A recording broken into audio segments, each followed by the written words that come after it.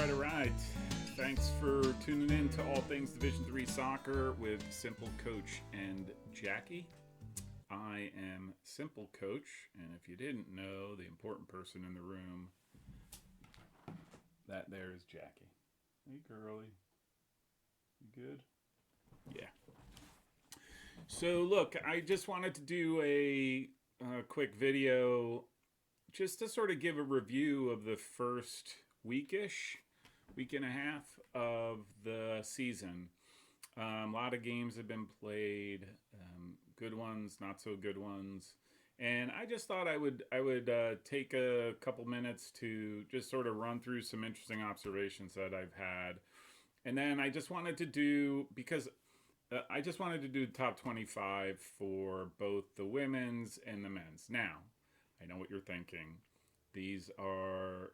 There's really no meaning to them because it's the start of the season, non-conference, all those, and all things correct.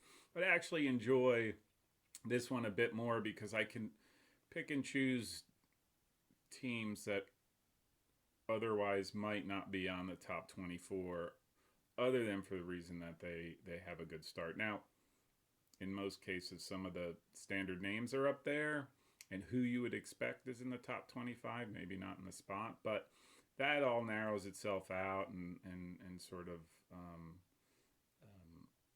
comes out in the wash over the season. But this being the first, and it's tough to tell who's who. But I thought I'd have some fun. Before I go into the top 25s, though, I just wanted to just go over some highlights and some things that I just have observed. It's by no means comprehensive, and I'm sure I missed some games as I was pulling this together kind of hastily. I'm hoping next Sunday or next Monday when I do this, I will sort of be in a better cadence. But some interesting things that I thought of or watched on the men's side, the Washington and Lee versus Messiah game, a rematch of last year's NCAA tournament game. Quite frankly, it was a shocker to me, and credit to Messiah who won the game 4-1, and then who followed up with a 2-2 draw against Lynchburg. But I will say this is Messiah looks as good as or better than any team out there as far as I'm concerned. I think sometimes they're a little bit questionable on the attack, but against Washington and Lee, they hit everything on all cylinders. The other observation I just wanted to make was, in a lot of games, and I've gone back to watching, the top 20 of the NCAA and the Division D3Soccer.com top 20s to watch the games. And I mean, I'm going to be honest. It seems like the University of Chicago is the only program that wants to win a national championship on the men's side. They're currently 4-0. They've scored 11 goals. They've conceded only 3, and they look good doing so. And then obviously the one that everybody looked at, which is just from the other day, from Saturday, was the Connecticut Tufts game. After that cracker of an NCAA game last year where Connecticut ended up winning 5-4, and it went down to the wire, I thought both teams looked kind of lackluster and average. And I get it's the beginning, and especially Connecticut and Tufts, they're going to be in the dance at one way or the other. But I just thought the performance for both sides was pretty average. And on another note, I'll throw out, hey, the Raiders of the Milwaukee School of Engineering, right? I mean, who would have thunk? They're 5-0 to start the season, and they just beat the University of Dubuque. They've scored 15 goals and conceded just 1. I watched 30 minutes of a game that I can't recall who the opponent was, but they look they look like a pretty solid team. So I just want, again, you don't hear of them much, but the Milwaukee School of Engineering Raiders. Hey, on the women's side, the Lycoming Lady Warriors, who are 5-0 to start the season and have scored 18 goals and only conceded one. I mean, if they keep up that, they're going to have a pretty successful season. For the men, especially over the last, first few games, you know, what's happened to Claremont Mudd Scripps and Montclair State, two teams that I was certainly expecting to have to be in a better spot now. Um, Claremont has 1 win, 3 ties, and 2 losses to start the season, and Montclair has 2 wins and 3 ties. And I watched a little bit of Claremont, and they just didn't look like they had things together. And Montclair doesn't look anything like the team they were last year. And I watched a game in person against RPI, and their a game against California team. So as of today, there are 27 men's teams and 32 women's teams that are undefeated and with no ties. So shout out if you're undefeated and have no ties. What's interesting about that is I've spoken to a lot of coaches, over the last year, and they try to give themselves now, the idea is to give themselves 2 shots to get an NCAA bid. They're either going to win their conference or they're going to do so by strength of schedule. But in order for that formula to work, you have to win your out-of-conference games, right? That's sort of a key component to it. And I think there's teams that might be only left with the possibility of making the NCAAs by winning their conference, looking at RPI, John Carroll, Trinity, Washington College, and Montclair, to name a few.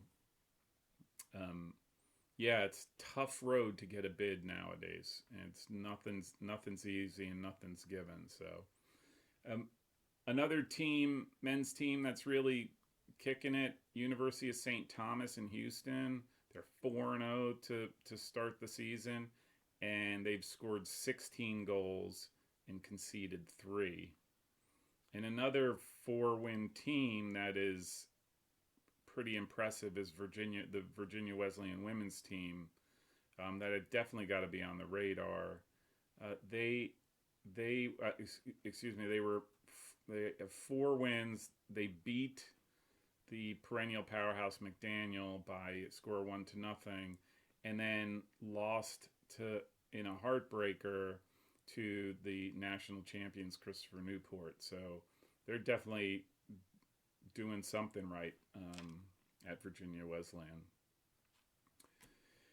And then I would, something just doesn't seem to be going right in Granville, Ohio for the women's team. They're 0-4 to start the season, and they've lost each game by 1 goal. I think one of the games was 2-1, but the other ones were 1-0. They had a pretty successful season last year, so not sure if this is, they're just slowly getting started. And then lastly, on the flip side, what's in the water in York, PA? The York College Spartans are 3-0-1. They beat Elizabethtown, Arcadia, and Susquehanna 2-1, 3-0, and 3-0. And then tied nationally ranked the Washington Shoremen 1-1. And keep going at it, because that's a good start, probably the best start to the season they've had in a while. So okay, so those are just some notes that I took throughout, and now I'm just going to jump into what I think, and based on what I've watched and sort of did some research, the top 25 for it. Okay, so women's top 25. Coming in at 25 is Wartburg College. They're 5-0, 10 goals for, and they've only conceded 1. 24 is UC Santa Cruz. They are off to a strong start, 3-1-1, and they lost a nail biter against Pomona Pitzer. 23 is Mary Hardin Baylor, 4-0 with all their wins on the road. 22 is Babson. They are 4-0 to start, including a 4-3 shootout against a very good Brandeis team. 21, I've got Trinity College, Connecticut, from Connecticut. A solid start with a win and a tie against Hamilton, their NESCAC rivals. 20, Rochester Institute of Technology, RIT, 4-0 to start. And up ahead of them, 19th is Swarthmore with a 5-0 start to their season. Number 18, who I mentioned earlier in some of my notes, Virginia Wesleyan. They jumped right into the fracas and beat a good McDaniel team. And then they added 3 more victories, and then that tight loss against Christopher Newport. They could be making waves this year. And then 17 got MIT. They are 3-0-1. They were 3-0-1 until they lost to Claremont Mudd Scripps, but then bounced back with a 5-goal performance against Castleton, and they stand at 4-1-1. In a 3-0-1 start, the University of Rochester is at 16. They've scored 15 goals in 4 games. And that's some production. At 15, we have Tufts. They start the season with wins against Emerson and then their conference rivals, Connecticut College. And then College of New Jersey. So new coach. They start with a surprise loss against Salisbury, but have gotten back to their scoring ways and have, I think chalked up 4 and 5 goals for a 3-1-1 start, I believe.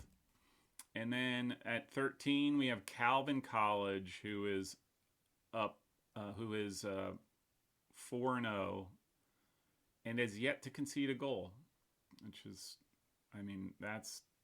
And their men have a strong defense, so I guess it's part of both soccer programs. At 12, I've got Pacific Lutheran. They opened the season with a solid win against Piedmont, and then they beat a very good Emory, and then tied Ohio Northern and beat John Carroll away from home.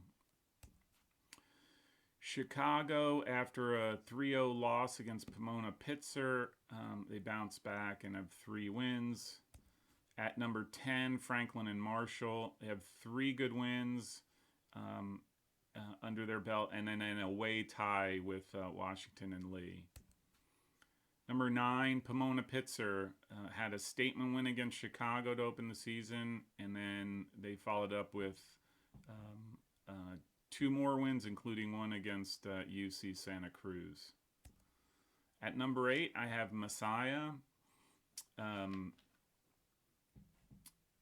They had a tight loss against Stevens, but then they turned around and beat Mary Washington, William Smith, and then tied Johns Hopkins. Amherst College at 7. They have 2 wins to start their season. And ahead of them at number 6 is University of Wisconsin at La Crosse. They're 4-0 to start. So the top 5, at number 5, we're at Case Western Reserve. They had some solid takedowns of Capital and Otterbein, followed by a win at Baldwin Wallace. They have 9 goals for and 2 against. So they're number 5. Number 4, I have it, Wesleyan College in Connecticut. They have 2 solid wins, but they have a big game on Tuesday, so the 13th against Tufts. So that should be a match to watch. At number 3, Johns Hopkins with an emphatic start to the season. 2 very solid wins against Catholic and Roanoke, and then they topped it with a tie with Messiah, which was a really tight game. Number 2, Misericordia, not the strongest of schedules to start, but they have 4 wins and they've scored 17 goals and only allowed 2. I think they have a stretch in the next 3 games. They play Montclair, Messiah, and who else? Let me see. Yeah, and they I can't find, where is it? And then Scranton. So after those 3 games, we should know if they're legit or not. But certainly by the start of it, I think they're going in feeling pretty good. And then number 1, of course, is sticking with Christopher Newport. They have a strong start to a tough schedule. They are the reigning champs. They beat St. Benedict, Virginia Wesleyan, and Susquehanna, and they tied McDaniel. A very good McDaniel team. At some point, you'll see McDaniel in this top 25, but like I said, I just sort of took things for as they were right now. So that's the top 25 women's programs as of, I'm going to say, September 11th, because I did this last night. So, and now on to the men. So here we are for the top 25 men's programs. I have watched quite a few games of these teams, so a lot of it's based on my impressions, and their results ultimately. So, and there's probably some bias in here and there, but that's why it's my top 25. Okay, so to start, number 25, Pacific Lutheran. They beat Claremont Mudd Scripps and they beat Colorado College, and they're 5-0 going into the Northwest Conference. So 5-0. Number 24, Washington and Lee. I don't think I got over the shock of the first game against Messiah, where they led in 4, and Messiah just looked that good. So 24. I'm sure they'll be moving up, but as of right now, they were, that's where they sit. 23, Oneonta State. They start 4-0, including with the win over St. Lawrence. 22, hey, got to give them credit, Coast Guard Academy. They're 3-0 to start the season. They have conceded no goals, and last year they're coming off a 12-4-2 season. So kudos to them. 21 is Cortland State. They have 2 losses against a very good Rochester and a very good Johns Hopkins, and I'm sure they'll Coach Axel will right the ship. But I had them higher in my rankings, and I actually think I had them in my Final 4, and I'm sure they're going to compete and all that. But as of right now, they're 21st. Again, shout out again to York College. They have 3 solid wins and a tie at Washington. Who would have thunk? Drew University, the landmark. This New Jersey team is just rolling along.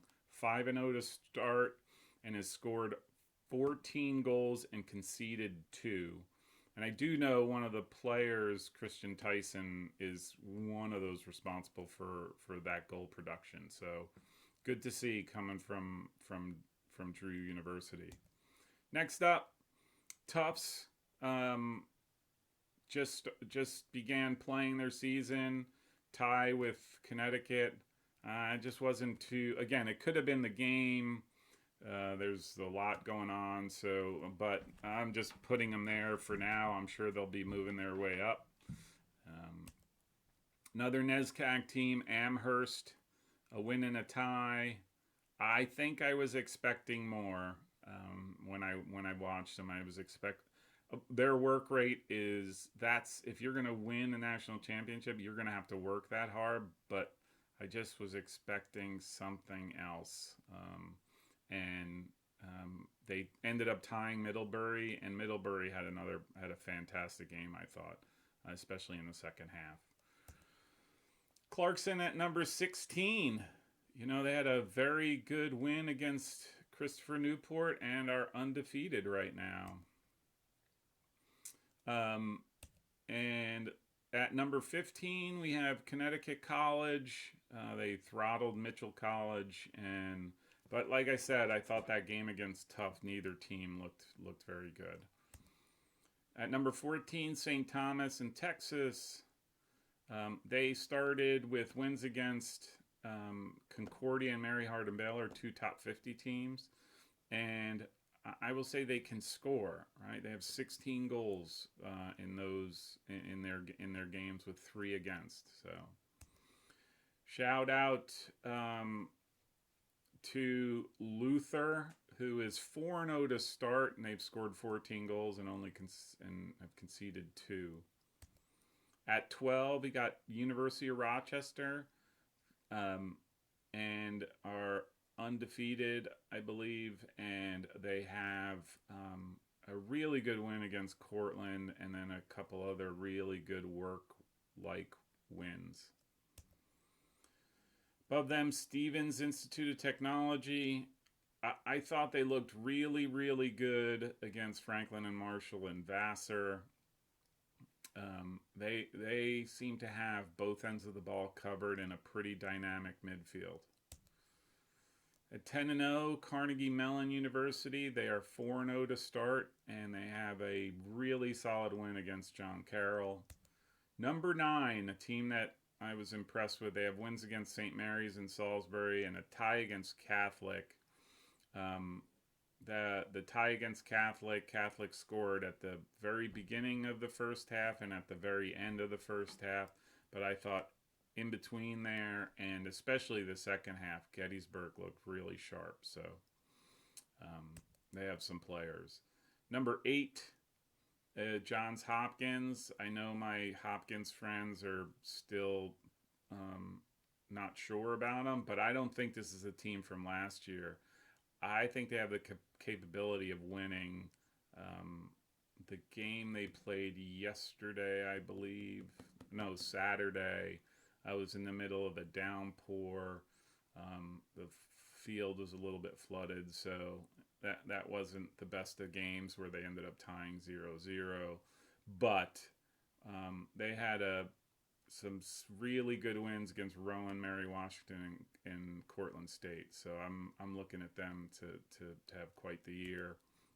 Next up, 7, my favorite player, outside back, Luke Mother of Kenyon College. So they had a really good game against John Carroll, and they pretty much throttled, or resounding wins against Ohio Northern and Spalding.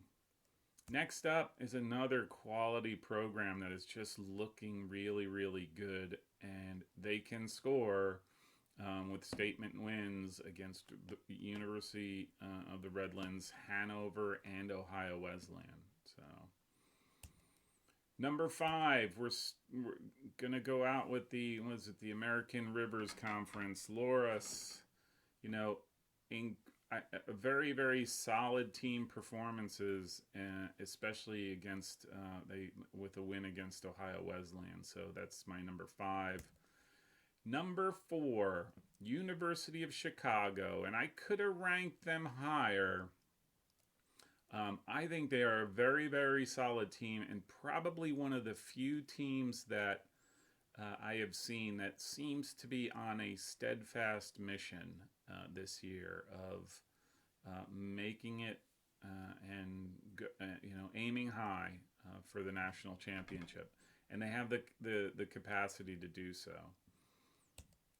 Another one that just looks like, and again, probably why I picked them at 3, North Park University, is just rolling over opponents, including against a very good St. Olaf's team where they won 4-2. So number 3 there. Number 2, I'm going to give it to Middlebury, probably because I like the way they played against Amherst. I thought they showed the quality and the caliber of being a team that is certainly deserving of a very high national ranking. I think they were ninth, 10th last year. Can't remember. And then lastly, there's a little bit of bias, of course. I am going with Messiah University. I'm telling you, they are looking much more dynamic, much quicker, and much more lethal with the ball. And their win against Washington and Lee, I think was a warning for everyone else who's playing them. They're that solid. So, okay, so that's my top 25. Okay, so I hope you like that. Over the next week, I'll do another recap, and I'll be able to focus in on some more. There was just so many games coming fast and furious that it was a little bit hard to track. And I'll be sort of again diving into the women's game, trying to expand that and get more insights. And so yeah, so next week I'll do another around D3, just give you my impressions and again maybe the top 25s. I do know that there are a bunch of us strange folks on D3Soccer.com that are getting together to do a fan poll that's aggregated amongst 10 of us or so that are really in tune to the game. And so I'll be taking a look at that, and so long as everybody's okay with it, I'll be taking a look at that and sort of showing my top 25 and compare and contrast. So, all right, hope you enjoyed. She certainly enjoyed it. Do appreciate you taking the time, and I'll see y'all soon.